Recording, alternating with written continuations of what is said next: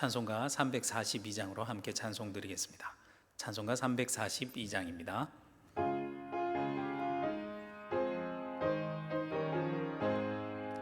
너 시험을 당해 죄 짓지 말고 너 용기를 다해 곧 물리치라. 너 시험을 이겨 새 힘을 얻고 주 예수를 믿어 늘 승리하라. 우리 구주의 힘과 그의 위로를 빌라. 주님 내 편에 서서 항상 도우시리. 내 친구를 삼가 잘 선택하고 너 언행을 삼가 늘 조심하라. 너 열심을 다해 늘 충성하고 온 정성을 다해 주 봉사하라. 우리 구주의 힘과 그의 위로를 빌라. 주님 내 편에 서서 항상 도우시리. 잘 이기는 자는 상 받으리니 너 낙심지 말고 늘 정진하라. 내 구세주 예수 힘 주시리니 주 예수를 믿어 늘 승리하라. 우리 구주의 힘과 그의 위로를 빌라. 주님 내 편에 서서 항상 도우시리. 오늘 보실 하나님의 말씀은 구약성경 사무엘하 3장 27절에서 39절 말씀입니다. 사무엘하 3장 27절에서 39절 말씀입니다. 구약성경 467면에 있습니다. 함께 보시겠습니다. 아브넬이 헤브론으로 돌아오매 요압이 더불어 조용히 말하려는 듯이 그를 데리고 성문 안으로 들어가 거기서 배를 찔러 죽이니 이는 자기의 동생 아사엘의 피로 말미암음이더라. 그 후에 다윗이 듣고 이르되 넬의 아들 아브넬의 피에 대하여 나와 내 나라는 여호와 앞에 영원히 무죄하니 그 죄가 요압의 머리와 그의 아버지의 온 집으로 돌아갈지어다. 또 요압의 집에서 백탁병자나 나병 환자나 지팡이를 의지하는 자나 칼에 죽는 자나 양식이 떨어진 자가 끊어지지 아니할지로다 하니라. 요압과 그의 동생 아비새가 아브넬을 죽인 것은 그가 기본 전쟁에서 자기 동생 아사헬을 죽인 까닭이었더라. 다윗이 요압과 및 자기와 함께 있는 모든 백성에게 이르되 너희는 옷을 찢고 굵은 배를 띠고 아브넬 앞에서 애도하라 하니라. 다윗 왕이 상렬을 따라가 아브넬을 헤브론에 장사하고 아브넬의 무덤에서 왕이 소리를 높여 울고 백성도 다 우니라. 왕이 아브넬을 위하여 애가를 지어 이르되 아브넬의 죽음이 어찌하여 미련한 자의 죽음 같은고 내 손이 결박되지 아니하였고 내 발이 착고에 채어지지 아니하였거늘 불의한 자식의 앞에 엎드러짐 같이 내가 엎드러졌도다 하매 온 백성이 다시 그를 슬퍼하여 우니라. 석양에 뭇 백성이 나와 다윗에게 음식을 권하니 다윗이 맹세하여 이르되 만일 내가 해지기 전에 떡이나 다른 모든 것을 맛보면 하나님이 내게 벌 위에 벌을 내리심이 마땅하니라 하매 온 백성이 보고 기뻐하며 왕이 무슨 일을 하든지 무리가 다 기뻐하므로 이날에야 온 백성과 온 이스라엘이 넬의 아들 아브넬의 죽인 것이 왕이 한 것이 아닌 줄을 아니라. 왕이 그의 신복에게 이르되 오늘 이스라엘의 지도자요 큰 인물이 죽은 것을 알지 못하느냐. 내가 기름 부음 받은 왕이 되었으나 오늘 약하여서 스루야의 아들인 이 사람들을 제어하기가 너무 어려우니 여호와의 악행한 자에게 그 악한 대로 갚으실지로다 하니라. 아멘.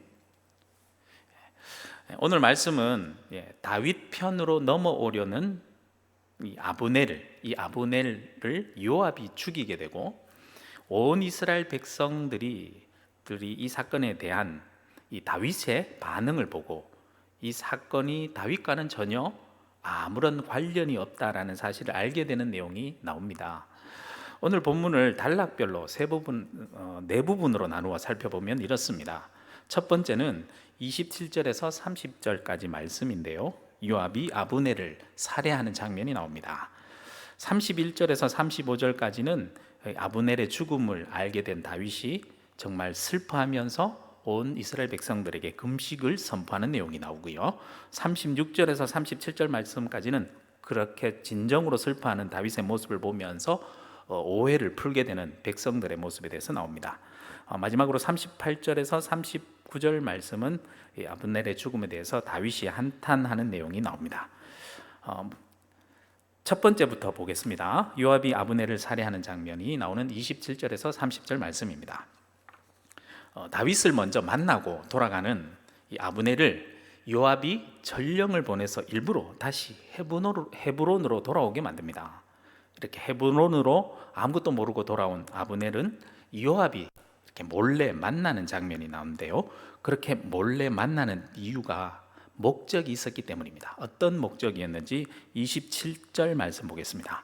27절 말씀에 보면 아브넬이 헤브론으로 돌아오매 요압이 더불어 조용히 말하려는 듯이 그를 데리고 성문 안으로 들어가 거기서 배를 찔러 죽이니 이는 자기의 동생 아사엘의 피로 말미암은이더라 라고 말씀합니다.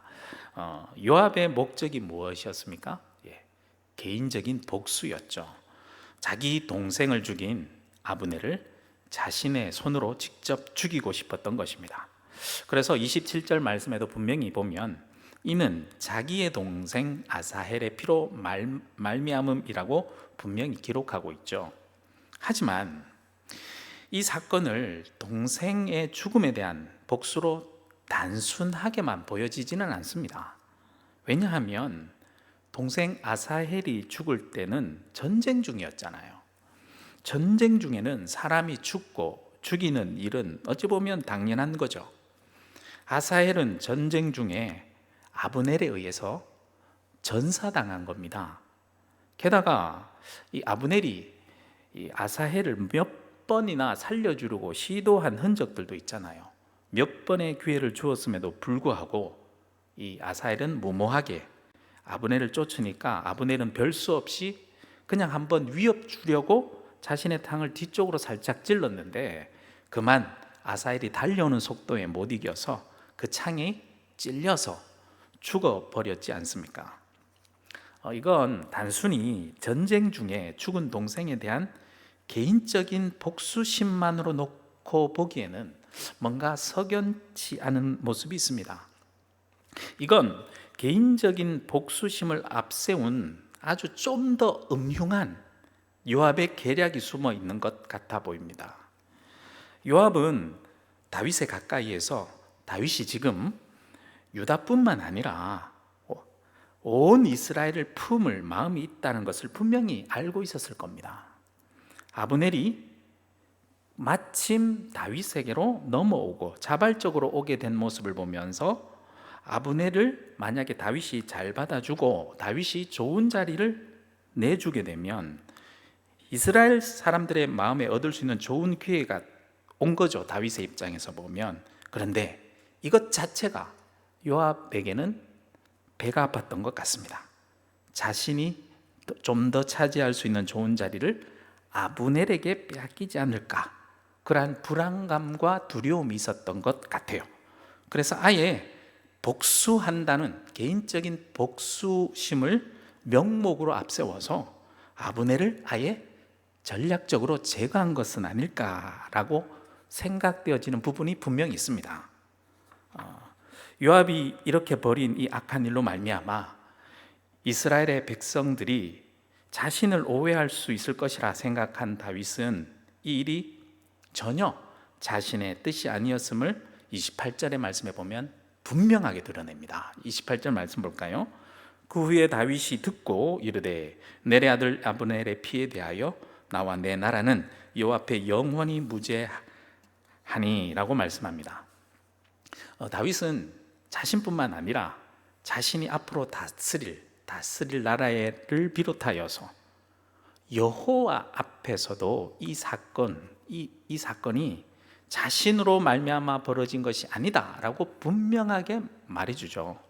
그러면서 악한 의도를 가지고 이 사건을 벌인 그 요압과 그의 가문을 저주합니다. 29절 말씀해 보면 그 죄가 요압의 머리와 그의 아버지의 온 집으로 돌아갈지어다. 또 요압의 집에서 백탁병자나 나병 환자나 지팡이를 의지하는 자나 칼에 죽는 자나 양식이 떨어진 자가 끊어지지 아니할지로다 하니라. 여기서 나오는 백탁병자라는 말은요, 이 백탁병은 성병의 일종입니다. 또 요압의 집에 백탁병을 비롯한 나병 같은 아주 질병, 못된 질병이 걸리거나 본문에 보면 지팡이를 의지하는 자라고 나오는데요, 문자적으로 해석해 보면 집안에서 물렛가락을 다루는 남자라는 뜻입니다. 이것은 어떤 장애를 가지고 있어서 남자가 바깥 일을 전혀 하지 못하고 집안에서 여인들이 하는 생계를 위한 일을 겨우 하는 사람을 가리키는 말입니다. 또한 전쟁에 나가서 칼에 죽거나 양식이 떨어진 자, 이 말은 경제적으로 어려움을 겪는 일이 그 가문에서 끊어지지 않을 거다라고 저주를 퍼붓는 거죠.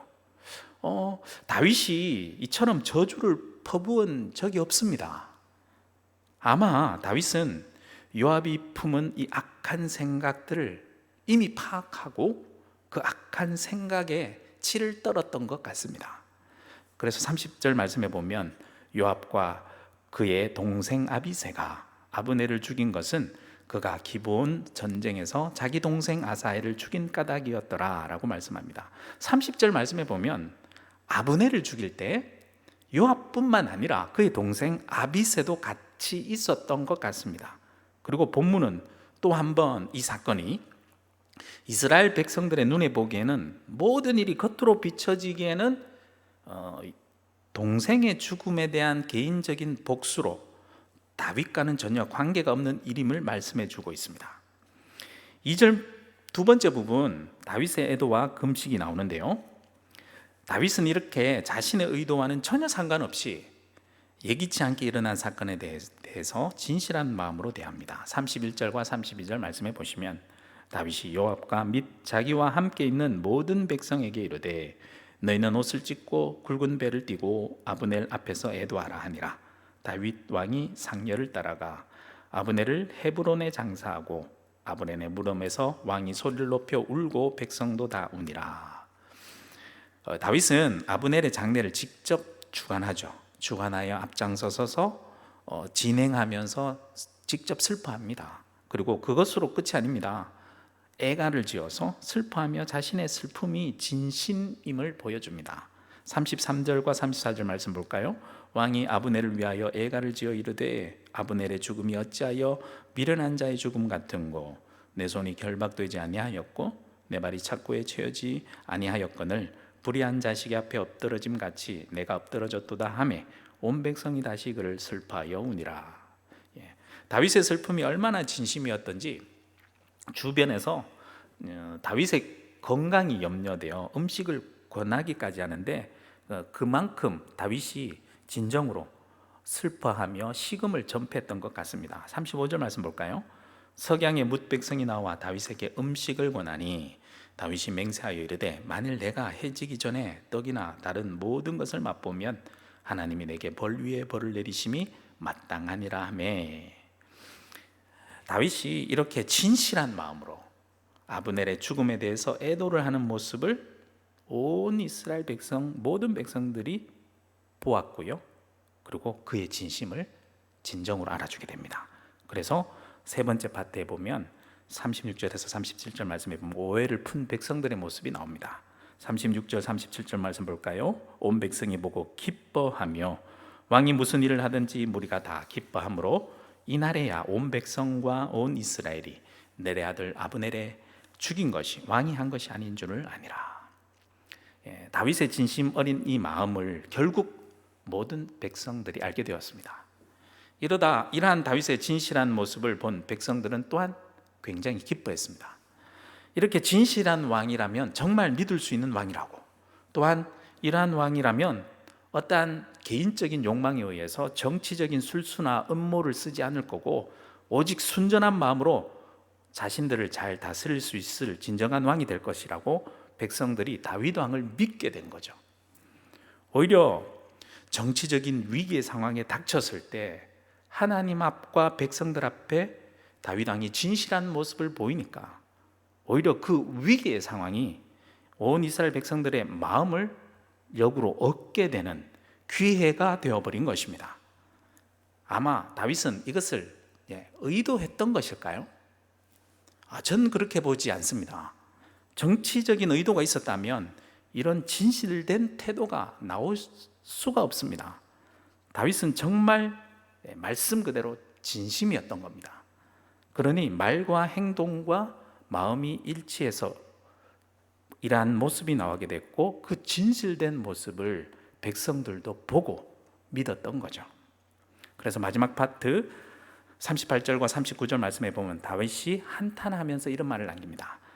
다윗은 이 사건에 대해서 자신의 태도를 아주 분명하게 해둠으로써 그를 따르는 신하들 모두가 온전히 하나님과 백성들 앞에서 진실하기를 원하는 마음에 아브넬의 죽음에 대해서 한탄하며 이렇게 신하들에게 말합니다. 38절과 39절 말씀에 보면 왕이 그의 신복에게 이르되 오늘 이스라엘의 지도자요 큰 인물이 죽은 것을 알지 못하느냐?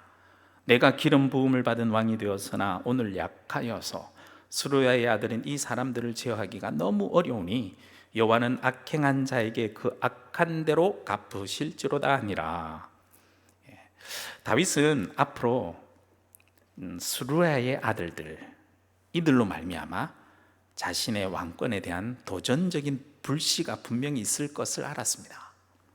그리고 정치적으로 그들을 제어할 힘이 자신에게는 없음을 솔직히 인정했습니다. 그리고 그 모든 것을 다윗은요 하나님께 맡깁니다. 하나님께서 악한 일은 악한 대로 갚아 주실 것이다 라고 믿고 그냥 하나님께 맡기는 거죠. 오늘 말씀을 보면서 다윗의 두 가지 모습이 저의 눈에 들어옵니다. 첫 번째 모습은요, 어떠한 일이든지 모든 일에 진실하고 솔직한 모습입니다. 다윗은 전혀 자신의 생각과 전혀 다르게 예기치 않게 벌어졌던 자신의 위기의 상황, 사건들 앞에서 자신의 어떤 이미지를 지키려고 어떤 인간적인 괴략과 술수를 전혀 쓰지 않았습니다. 오히려 더욱더 순수하고 솔직하고 진실한 모습을 보였다는 것입니다. 오히려 그러한 진실된 모습이 백성들과 하나님 앞에서 인정을 받게 되고 기쁨이 되고 절대적인 신뢰감을 가지게 된 계기가 된 거죠. 두 번째 모습은 모든 일을 온전히 하나님께 맡기는 모습입니다. 예기치 않게 벌어진 일이 자신에게 치명적인 위기가 될 수 있는 일도, 그리고 앞으로 벌어질 자신에게 위협이 되는 불씨들, 위협이 되는 일들, 그러니까 과거의 일이든 현재 내가 겪고 있는, 일어나고 있는 일이든, 그리고 앞으로 일어날 모든 일에 대해 모든 판단과 계획과 진행되는 일들, 그 모두를 하나님께 맡기고 하나님의 뜻에 따르는 모습을 보인 것입니다. 이 다윗의 두 가지 모습이 우리의 모습이 되길 소망합니다. 오늘 하루 우리에게 어떠한 일이 닥쳐올지 우리는 모릅니다. 어떠한 일이 닥치더라도 하나님과 사람 앞에서 모든 일에 진실하고 솔직한 모습으로 대하기를 소망합니다. 또한 모든 판단과 나의 생각들은요 다 내려놓고 모든 일을 하나님께 온전히 맡깁시다. 온전히 맡기고 하나님의 인도하심에 따라 살아가는 오늘 하루가 되길 주님의 이름으로 축복합니다. 함께 기도드리겠습니다. 사랑의 하나님, 오늘 다윗의 아브넬의 죽음에 대한 두 가지 모습을 보면서 우리가 또한 다윗의 모습처럼 그러한 모습을 가지길 소망합니다.